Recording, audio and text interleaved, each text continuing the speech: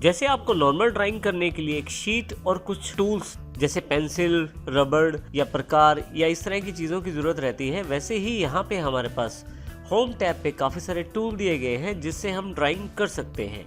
अब यदि यहाँ ध्यान दें तो होम टैब में काफ़ी सारे ग्रुप्स शामिल हैं। क्लिपबोर्ड जिसके अंदर कट कॉपी पेस्ट है, इमेज जिसमें सेलेक्ट, रिसाइज और रोटेट जैसी कमांड्स हैं, और यहाँ पे टूल सेक्शन है जिसमें बहुत सारे टूल्स हैं जिनके साथ मैं ड्राइंग कर सकता हूँ। शेप्स का सेक्शन अलग से अवेलेबल है और इसी प्रकार से साइज और कलर्स का भी सेक्शन यहाँ पे मेरे पास ग्रुप्स में दिया गया है। सबसे पहले हम शुरुआत करेंगे टूल सेक्शन से। किसी भी ड्राइंग को आपको सबसे पहले करने के लिए टूल्स की आवश्यकता रहती है। हमारे पास यहाँ काफ़ी सारे टूल्स अवेलेबल हैं। माइक्रोसॉफ्ट पेंट की सबसे अच्छी बात यह है कि यदि आप किसी भी टूल पे माउस रखें तो वहाँ पे उसका नाम भी बताया जाएगा। जैसे यहाँ पे इसका नाम पेंसिल है और नीचे की तरफ यदि आप देखें तो एक टूल टिप अवेलेबल हो गई है। पेंसिल जो जानकारी दे रही है, साथ ही वो ये भी जानकारी दे रही है कि यहाँ कि इस टूल को आप किस प्रकार से प्रयोग कर सकते हैं। जैसा कि यहाँ लिखा हुआ है, draw a free form line with the selected line width. आप अपनी लाइन विड्थ के अनुसार पेंसिल को प्रयोग कर सकते हैं। मैं इसको क्लिक कर लेता हूँ। जैसे ही क्लिक करता हूँ, देखिए मेरा जो माउस का कर्सर है वो पेंसिल की शेप में तब्दील हो गया है। और यदि यहाँ ऊपर टूल्स में भी देखें, जो पेंसिल का आइकॉन है वो प्रेस्ड है, अर्थात नीचे की तरफ दबा हुआ है। इस पेंसिल टूल से मैं कुछ भी ड्रॉ कर सकता हूँ अपनी ड्राइंग शीट पे। जैसे यहाँ मैं कुछ भी ड्रॉ करने की कोशिश करता हूँ तो देखिए मैं आसानी से अपने हाथ को कहीं भी घुमाते हुए फ्री फॉर्म वे में ड्राइंग कर सकता हूँ। जब आप पेंसिल का प्रयोग करते हैं तो यहाँ पे साइज का प्रयोग कर सकते हैं। आप क्लिक करें यहाँ पे साइज दिया हुआ है लाइन का। यदि हम माउस को लाइन के ऊपर रखें तो उसका साइज भी बताया जाएगा। जैसे ये 1 पिक्सल है लाइन, ये 2 पिक्सल लाइन है, ये 3 और ये 4। मैं 4 पिक्सल लाइन ले लेता हूँ। अब की बार ड्रॉ करने में देखें जो लाइन है वो थोड़ा सी गाढ़ी और मोटी आ रही है क्योंकि इसका साइज 4 पिक्सल हो गया है। साइज को मैं कभी भी दोबारा चेंज कर सकता हूँ। आप चाहे तो पेंसिल के साथ किसी कलर का प्रयोग भी कर सकते हैं। इसके लिए बस मुझे पेंसिल टूल को सिलेक्ट करके रखना है और यहाँ से किसी भी कलर का चुनाव करना है। जैसे ही मैं क्लिक करता हूँ, यहाँ देखिए मेरे पास कलर सिलेक्टेड हो गया है कलर 1 में। अब जब मैं पेंसिल से कार्य करूँगा तो रेड कलर में आएगा। मैं यहाँ इसका साइज 4 पिक्सल ले लेता हूँ। ये देखें, मैं एक और कलर यहाँ से ले लेता हूँ। इस प्रकार आप कोई भी कलर चूज कर सकते हैं पेंसिल के साथ और उससे आसानी से ड्राइंग आप कर सकते हैं। और इसी तरह से यदि आपने कुछ ड्रॉ कर लिया है पेंसिल के साथ और आप उसे कुछ मिटाना चाहते हैं उस ड्राइंग में, तो इसके लिए आपके पास पेंसिल के बिल्कुल नीचे इरेजर का टूल है। इरेजर पे क्लिक करते ही देखिए उसका नाम बताया गया है आपको। मैं माउस क्लिक करके उसको सिलेक्ट कर लेता हूँ इरेजर को। अब जैसे ही इस इरेजर को मैं डॉक्यूमेंट में लाता हूँ तो देखिए मेरे माउस का जो कर्सर है वो इरेजर जैसी शेप में आ गया है। अब जिस लाइन के ऊपर मैं इस इरेजर को घुमाऊंगा वो लाइन नीचे से खत्म होती चली जाएगी, मिटती चली जाएगी। देखिए यहाँ पे मैं थोड़ा सा जल्दी से हाथ को मूव करके मैं जल्दी से इरेजर का प्रयोग कर सकता हूँ। इरेजर का साइज भी छोटा बड़ा करने के लिए आप इरेजर को सिलेक्टेड रखें और यहाँ साइज पर जाकर आप 4 पिक्सल का प्रयोग करें तो देखिए इरेजर का साइज थोड़ा सा बड़ा हो गया है। फिर से इरेजर साइज छोटा करने के लिए आप किसी भी पिक्सल लाइन पे क्लिक कर सकते हैं। जैसे मैंने यहाँ पे 2 पिक्सल कर लिया है। इरेजर टूल का प्रयोग करते समय एक और इम्पोर्टेंट बात है, जो कलर आपके कलर ट्यूब में रहता है, अर्थात जो बैकग्राउंड का कलर रहता है, इरेजर टूल उसी कलर में ये जो डॉक्यूमेंट है उसको इरेज करेगा। इसको समझने के लिए हम कलर 2 सेलेक्ट कर लेते हैं पहले, फिर यहाँ पे कलर चूज कर लेते हैं कलर 2 के लिए। अब जब इरेजर सेलेक्ट करके मैं कुछ इरेज करने की कोशिश करता हूँ तो आप ध्यान दें जो आपका कलर 2 है उसी में वो इरेज कर रहा है। यदि आप फिर से इसे वापस वाइट कलर में चेंज करना चाहते हैं, क्योंकि हमारी ड्राइंग शीट का जो बैकग्राउंड कलर है वो वाइट है, फिर से वाइट करने के लिए आप कलर 2 सेलेक्ट करें और वाइट कलर पे क्लिक कर दें। अब देखें फिर से वाइट में इसने साफ करना शुरू कर दिया है। इस प्रकार से आप इरेजर टूल का प्रयोग कर सकते हैं। आप चाहें तो पहले से बनी हुई शेप्स में कलर भर सकते हैं। उसके लिए जैसे यहाँ मेरे पास स्क्रीन पे रेक्टेंगुलर शेप अवेलेबल है और यदि मैं इसमें रंग भरना चाहता हूँ तो मैं फिल विद कलर टूल को सिलेक्ट कर सकता हूँ। इसके लिए मुझे बस फिल विद कलर टूल को क्लिक करना है। जिस रंग से मैं इस शेप को भरना चाहता हूँ फिर उस कलर को सिलेक्ट करूँगा मैं। जिस कलर को मैं देखिए सिलेक्ट करूँगा वो कलर 1 में सिलेक्ट होता जा रहा है। अर्थात ये जानकारी दे रहा है कलर 1 की इस वक्त हमारा सिलेक्टेड कलर रेड है। जब मैं माउस को फिर से वापस ड्राइंग एरिया में लेके आता हूँ और बॉक्स के बीच में क्लिक करता हूँ तो देखिए रेक्टेंगल बॉक्स बिल्कुल रेड कलर का फिल हो गया है। इस प्रकार से फिल विद कलर का आप प्रयोग कर सकते हैं। फिल विद कलर को हम एक और एग्जांपल से देखते हैं। देखिए यहाँ मेरे पास एक रेक्टेंगुलर बॉक्स है, परंतु अब की बार मैं इसकी बाउंड्री को हल्का सा इरेज कर देता हूँ। देखिए यहाँ से मैंने इरेज कर दिया है। अब फिल विद कलर ऑप्शन को सिलेक्ट करता हूँ। रेड कलर मेरे पास पहले से ही सिलेक्टेड है।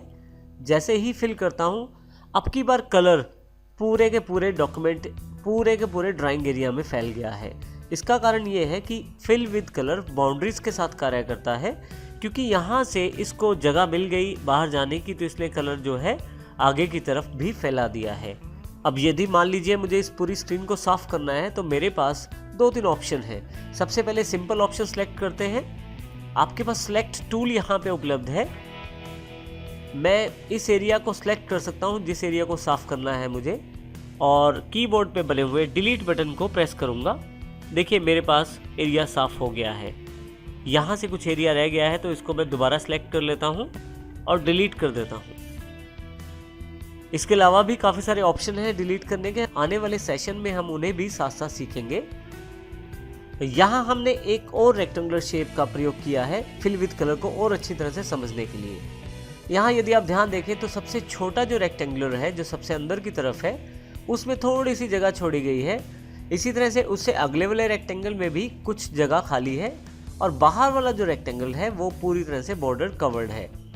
यहाँ से मैं फिल कलर ले लेता हूँ और यहाँ से रेड कलर सेलेक्ट कर लेता हूँ। यदि मैं इसको बीच वाले कलर में भरता हूँ, ये सभी रेक्टेंगुलर्स में फैल गया है। उसका कारण ये है क्योंकि यहाँ पे इसको जगह मिल गई है, परंतु यदि आप ध्यान दें तो बाहर वाला जो रेक्टेंगुलर है उससे बाहर कलर नहीं फैला है। उसका कारण ये है क्योंकि इसकी बाउंड्री पूरी कवर्ड है। तो इन चीज़ों का ध्यान रखते हुए आप फिल कलर का प्रयोग कर सकते हैं। इसके अतिरिक्त यदि आप ध्यान दें तो हमारे पास यहाँ 2 कलर हैं, कलर 1, कलर 2। जब आप लेफ्ट क्लिक करते हैं तो कलर 1 का प्रयोग किया जाता है, परंतु यदि आप माउस का राइट क्लिक करें तो देखिए कलर 2 का प्रयोग किया गया है। इसको हम कुछ इस तरह से समझते हैं। यहाँ मैं कलर 2 सेलेक्ट कर लेता हूँ और यहाँ पे इसका कलर चेंज कर देता हूँ। फिर से कलर 1 पे वापस आ जाता हूँ। फिल विद कलर मेरे पास सिलेक्टेड है। यदि मैं लेफ़्ट क्लिक करूँगा, जैसे ही लेफ़्ट क्लिक करता हूँ कलर 1 उसमें फिल हो जाता है, परंतु राइट क्लिक करते ही जो कलर 2 है वो सिलेक्ट हो जाता है और उसी के साथ वो कलर 2 इसमें फिल हो जाता है।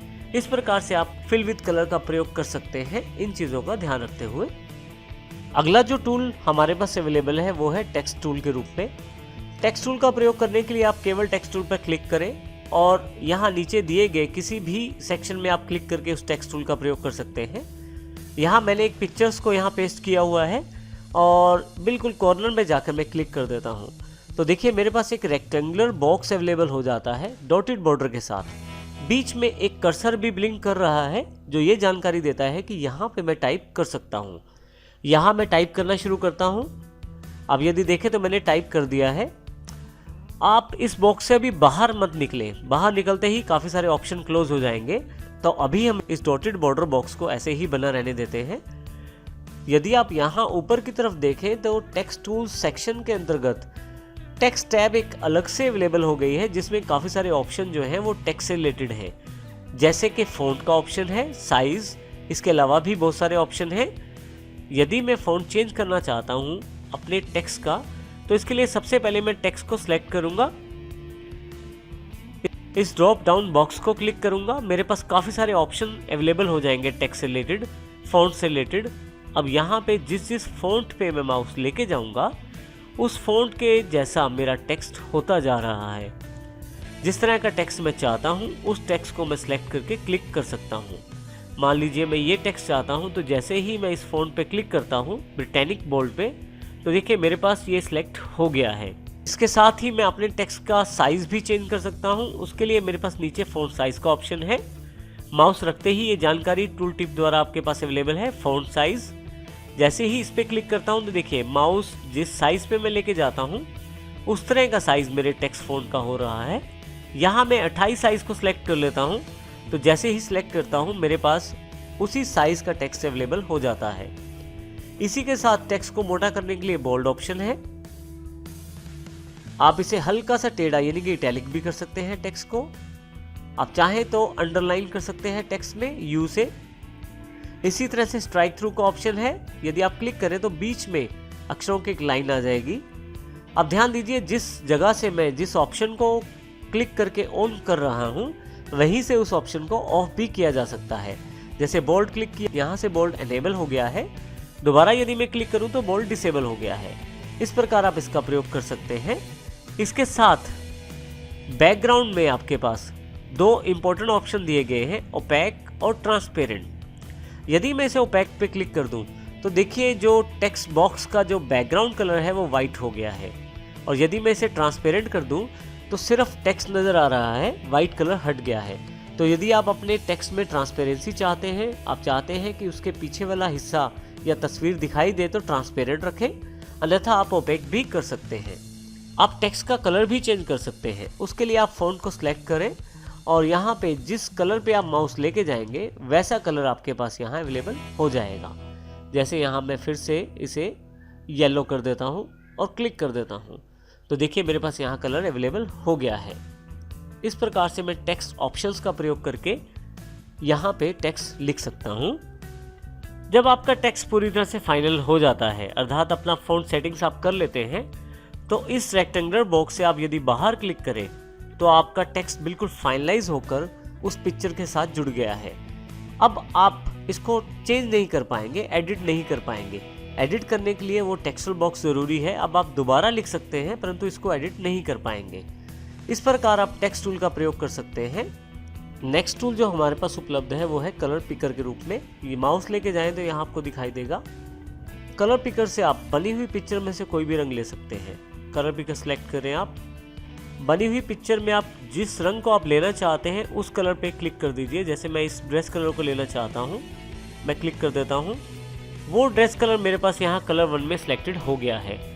अब इस कलर को यदि मैं यहाँ बॉक्स में भरना चाहता हूँ तो मुझे फिल विद कलर का प्रयोग करना पड़ेगा।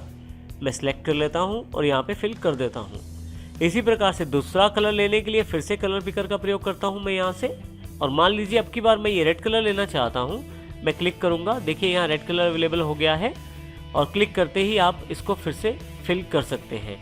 कोई भी कलर पिक्चर में से लेकर आप उसका प्रयोग कर सकते हैं। कलर पिकर आपके बनी हुई पिक्चर में से कलर्स को उठाता है और फिल करने में आपको मदद करता है। अगला टूल जो हमारे पास अवेलेबल है वो है मैग्नीफायर के रूप में। मैग्नीफायर से आप किसी भी चीज़ को बड़ा करके देख सकते हैं। जैसे मान लीजिए मैं इस बैलून को बड़ा करके देखना चाहता हूँ। जैसे ही क्लिक करता हूँ ये पिक्चर मेरे पास जूम होके बड़ी हो जाती है। फिर से क्लिक करता हूँ, थोड़ा सा और जूम बढ़ जाता है। अब साथ साथ नीचे यहाँ भी यदि देखते रहे तो 200% जूम हो गया है।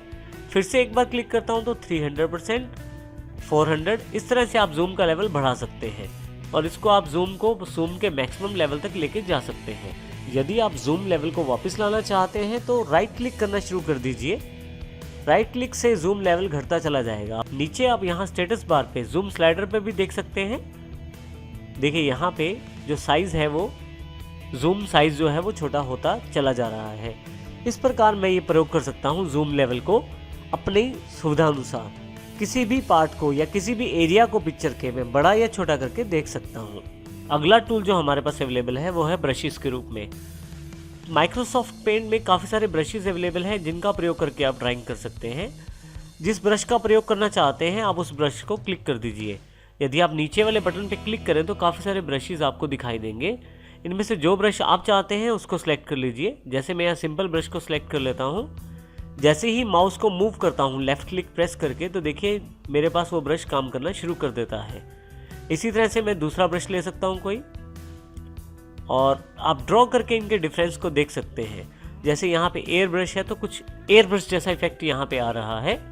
इसी तरह से अलग अलग ब्रशेस इफेक्ट हैं। आप किस प्रकार का इफेक्ट प्रयोग कर रहे हैं, अगर माउस रखें तो ये आपको उसका नाम भी बताएगा। जैसे ये ऑयल ब्रश है और ये जो क्रेन है, कुछ इस तरह से। आप चाहें तो ये ब्रश का कलर भी चेंज कर सकते हैं। केवल आपको कलर सेलेक्ट करना है और देखिए यहाँ पे ब्रश जो है अलग कलर में डिज़ाइन करना शुरू कर दिया है उसने। इस प्रकार से आप अलग अलग ब्रशेस का प्रयोग कर सकते हैं। यहाँ एक इम्पोर्टेंट टिप, यदि आप कंट्रोल के साथ प्लस बटन दबा के रखें, जो ब्रश का साइज है वो बढ़ जाएगा, और यदि कंट्रोल के साथ माइनस का बटन दबा के रखें तो ब्रश का साइज कम हो जाएगा। कंट्रोल प्लस दबाने पे मेरे पास ब्रश का साइज बढ़ गया है। अब की बार देखिए, बड़े रूम में ब्रश प्रयोग कर रहा हूं मैं। यहाँ पे एयर ब्रश सेलेक्ट कर लेता हूं। ये देखिए, दूसरा ब्रश सेलेक्ट करने पे, और फिर से यदि मुझे इस ब्रश का साइज को छोटा करना है तो कंट्रोल के साथ माइनस का मैं निशान दबाऊंगा, जिससे मेरे ब्रश का साइज छोटा हो जाएगा। तो इस प्रकार आप ब्रश साइज का प्रयोग कर सकते हैं। आप चाहें तो कुछ साइज यहाँ पे पहले से डिफाइंड है, उनका प्रयोग भी आप कर सकते हैं। अगला ग्रुप जो हमारे पास अवेलेबल है वो है शेप्स के रूप में। यहाँ यदि आप ध्यान दें तो काफ़ी सारी शेप्स पहले से प्री डिफाइंड अवेलेबल है माइक्रोसॉफ्ट पेंट ऐप में। यदि यहाँ मैं मोर पैटर्न पे क्लिक करूँ तो कुछ और शेप्स भी दिखाई देनी शुरू हो जाती हैं। मैं इन शेप्स को प्रयोग करके अपनी ड्राइंग बना सकता हूँ। उसके लिए बस मुझे क्लिक करना है। जैसे मैं 5 पॉइंट स्टार को सिलेक्ट कर लेता हूँ और नीचे की तरफ आके माउस को लेफ्ट क्लिक को प्रेस करते हुए मैं ड्रैग करता हूँ, और जितना बड़ा या छोटा ये इमेज बनाना है वहाँ लाके मैं इसको छोड़ देता हूँ। आप देखेंगे कि छोटे छोटे पॉइंट्स भी इसके आसपास आ गए हैं, जिनसे मैं दोबारा इनको रिसाइज कर सकता हूँ। देखिए, कुछ इस तरह से माउस को कोने पर रखें, 2 मुंह वाला माउस हो जाएगा। अंदर या बाहर की तरफ खींचे तो ये जो पिक्चर है, ये जो शेप है ये रिसाइज हो जाएगी। मैं चाहूँ तो इसमें कलर भी फिल कर सकता हूँ। इसके लिए मुझे कुछ सेटिंग्स को करना पड़ेगा, जैसे कि यहाँ पे 2 सेटिंग्स दी गई हैं, आउटलाइन और फिल। आउटलाइन का अर्थ यहाँ पे इस बॉर्डर लाइन से है। यदि आउटलाइन पे क्लिक करें तो हमारे पास काफ़ी सारे ऑप्शन हैं। नो आउटलाइन का अर्थ है कि आउटलाइन नहीं दिखाया जाएगा। सॉलिड कलर का अर्थ है कि आउटलाइन में कलर फिल करके दिखाया जाएगा। इसके अलावा ब्रशेस वाले इफेक्ट भी यहाँ अवेलेबल हैं, जैसे कि वाटर कलर इफेक्ट है या और ऑयल इफेक्ट है। इसी तरह से फिल में भी हमारे पास काफ़ी सारे ऑप्शन अवेलेबल हैं नीचे। फिल का अर्थ अंदर भरे हुए कलर से है। जैसे सॉलिड कलर भरने से, सॉलिड कलर को अगर मैं क्लिक कर देता हूँ यहाँ पे, और जैसे ही माउस को यहाँ पे मैं लेके जाता हूँ किसी भी कलर पे, तो वो कलर अंदर की तरफ दिखाई देना शुरू हो जाता है। उस कलर के साथ आपका इमेज फिल हो जाता है। मैं किसी भी कलर को सिलेक्ट कर लेता हूँ, तो देखिए मेरे पास अंदर की तरफ ये कलर सिलेक्ट हो गया है। फिल में जाकर यदि मैं नो फिल कर दूँ तो वो कलर फिर से हट जाएगा। इसके अतिरिक्त अंदर वही ब्रश इफेक्ट्स भी आप ले सकते हैं, जो ब्रश इफेक्ट्स आपके पास पहले से अवेलेबल हैं। इस प्रकार आप अपनी इमेज में कलर भी भर सकते हैं। आप आउटलाइन के साइज को भी चेंज कर सकते हैं। उसके लिए फिर से साइज पे क्लिक करें। देखिए यहाँ पे साइज अवेलेबल है, जो आप साइज चाहते हैं वो चेंज कर सकते हैं। उससे आगे कलर्स का जो ग्रुप है उसमें कलर्स की जानकारी दी गई है। Colour 1, colour 2। कलर 1 मुख्यतः ये जो शेप्स है इनकी बॉर्डर लाइन को रिप्रेजेंट करता है, और कलर 2 जो है वो अंदर फिल हुआ कलर होता है। इसके अतिरिक्त आप कोई भी कलर यहाँ से सिलेक्ट कर सकते हैं और चूज़ कर सकते हैं। जब तक आपकी इमेज आपके पास इस बॉर्डर एरिया में सिलेक्टेड है तब तक आप इसका कोई भी कलर चेंज कर सकते हैं। कलर 2 सेलेक्ट करने पे देखिए यहाँ अंदर का जो कलर है वो चेंज हो जाएगा। फाइनली जब आपकी ये जो कलर सेक्शन है जब आप फाइनल कर लेते हैं तो बाहर क्लिक करने पे ये कलर्स फाइनल हो जाते हैं। अभी मैं इसको फाइनल नहीं कर रहा। अभी मेरे पास यहाँ पे एडिट कलर के नाम से एक ऑप्शन और अवेलेबल है। मैं एडिट कलर को सिलेक्ट करता हूँ। एक बॉक्स अलग से खुल गया है एडिट कलर्स के रूप में। बेसिक कलर जो आपको यहाँ दिखाई दे रहे हैं, उसके अलावा कुछ कलर्स यहाँ से भी आप चूज़ कर सकते हैं। जो कलर आपको चाहिए वो क्लिक करके ऐड टू कस्टम कलर में कर दीजिए। जो कलर आपका सिलेक्टेड है उसकी जगह पे आपके पास ये कलर आ जाएगा। परंतु यदि आप चाहते हैं कोई अपनी मर्जी का कलर बनाना, तो इस पैनल पे माउस को मूव करना शुरू कीजिए। नीचे यहाँ देखिए कलर सॉलिड पे जो कलर आप बनाना चाहते हैं वहाँ उस कलर पे जाके माउस को छोड़ दीजिए। अगर आप कलर को हल्का या गाढ़ा यानी कि डार्क या लाइट करना चाहते हैं तो ये छोटा सा स्लाइडर दिया हुआ है, इसको ऊपर या नीचे की तरफ मूव करें। पेंट आपको ना केवल कलर दिखा रहा है बल्कि उसकी कलर कोडिंग भी जनरेट करके बता रहा है। जैसे RGB में इसकी वैल्यू रेड में 231, ग्रीन में 53 और ब्लू में 22 है। कलर फाइनल होने के बाद मैं इसको ऐड टू कस्टम कलर में कर सकता हूँ और फाइनली ओके करते ही मेरे पास वो कलर अवेलेबल हो जाएगा। पेंट ने स्वयं ही वो कलर जो सिलेक्टेड है वो इसमें फिल कर दिया है इमेज में। इस प्रकार से मैं इन कलर्स का प्रयोग कर सकता हूँ। अब हम इमेज ग्रुप के अंतर्गत ऑप्शंस की जानकारी लेते हैं। देखिए मेरे पास यहाँ पे एक इमेज दी गई है ड्राइंग एरिया में। अगर मैं इस इमेज को सिलेक्ट करना चाहता हूँ उसके लिए मेरे पास सिलेक्ट टूल अवेलेबल है। यदि मैं यहाँ क्लिक करूँ और एक हल्का सा बॉर्डर मेरे पास अवेलेबल हो जाएगा सिलेक्शन के दौरान। जैसे ही इसे मैं छोड़ता हूँ तो देखिए मेरे पास पिक्चर जो है वो सिलेक्ट हो जाएगी। यहाँ पे इस टूल का प्रयोग करके मैं इस सिलेक्ट टूल से मैं काफ़ी सारे कार्य यहाँ कर सकता हूँ, जैसे कि इस पिक्चर को ऊपर या नीचे मूव करना। जब तक ये इस बॉक्स में है इसे आसानी से मूव किया जा सकता है। इसके अलावा इसे छोटा या बड़ा करने के लिए मैं माउस को यहाँ कॉर्नर पे रखूँगा, और यदि मैं इसे नीचे की तरफ करूँगा तो पिक्चर छोटी हो जाएगी, और जब पिक्चर बड़ी करूँगा तो पिक्चर बड़ी हो जाएगी। हमेशा ध्यान रखिएगा कि जब आप पिक्चर छोटी करते हैं तो फ़र्क कम पड़ता है, परंतु यदि आप किसी ओरिजिनल साइज़ की पिक्चर को बड़ा करेंगे तो उसके पिक्सल्स डिस्टॉर्ट अर्थात ख़राब हो जाएंगे, जिससे फ़ोटो फटी फटी नज़र आएगी। इसलिए सिलेक्शन के दौरान ये ध्यान रखना ज़रूरी है कि आप फ़ोटो कितना बड़ा करना चाहते हैं। सिलेक्शन हटाने के लिए आप बाहर कहीं भी क्लिक कर सकते हैं, सिलेक्शन हट जाएगी। इसके अतिरिक्त यदि मैं कुछ एरिया सेलेक्ट कर लेता हूँ, जैसे मान लीजिए मैंने ये एरिया सेलेक्ट कर लिया और क्रॉप पे क्लिक करूँ तो देखिए केवल मेरे पास उस एरिया सेलेक्टेड इमेज ही अवेलेबल हो जाएगी, बाकी सारा इमेज डिलीट हो जाएगा। मैं कंट्रोल Z का प्रयोग करके वापस अंडू कर सकता हूँ इसको। नेक्स्ट ऑप्शन मेरे पास रिसाइज से रिलेटेड है। रिसाइज पे क्लिक करते ही आपके पास रिसाइज एंड स्क्यू का एक बॉक्स अवेलेबल हो जाता है। यहाँ सबसे पहले रिसाइज का ऑप्शन है ऊपर की तरफ, और नीचे की तरफ स्क्यू का ऑप्शन है। रिसाइज और स्क्यू का बॉक्स दो भागों में बटा हुआ है। रिसाइज ऊपर वाला सेक्शन है और स्क्यू नीचे वाला सेक्शन है।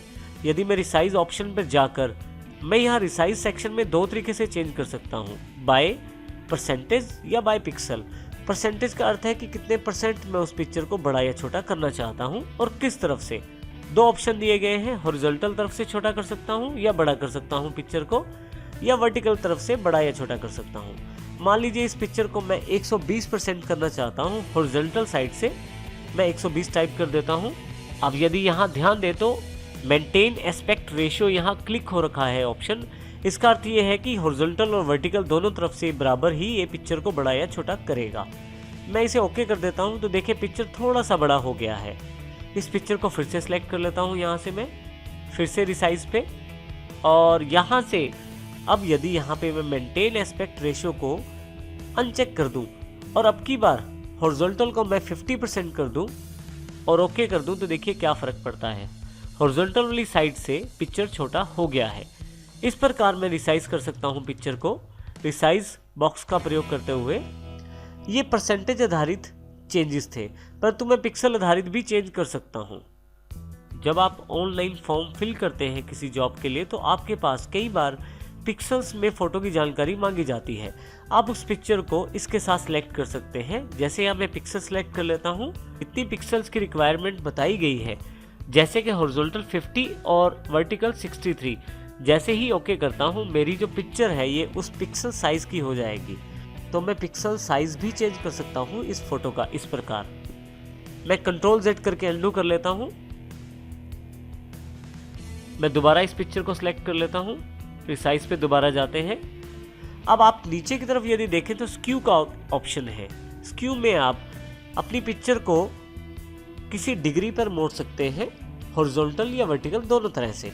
जैसे यहाँ पे मैं 20 फिल कर देता हूँ तो हॉरिजॉन्टली 20 डिग्री ये जो पिक्चर है ये स्क्यू हो जाएगा।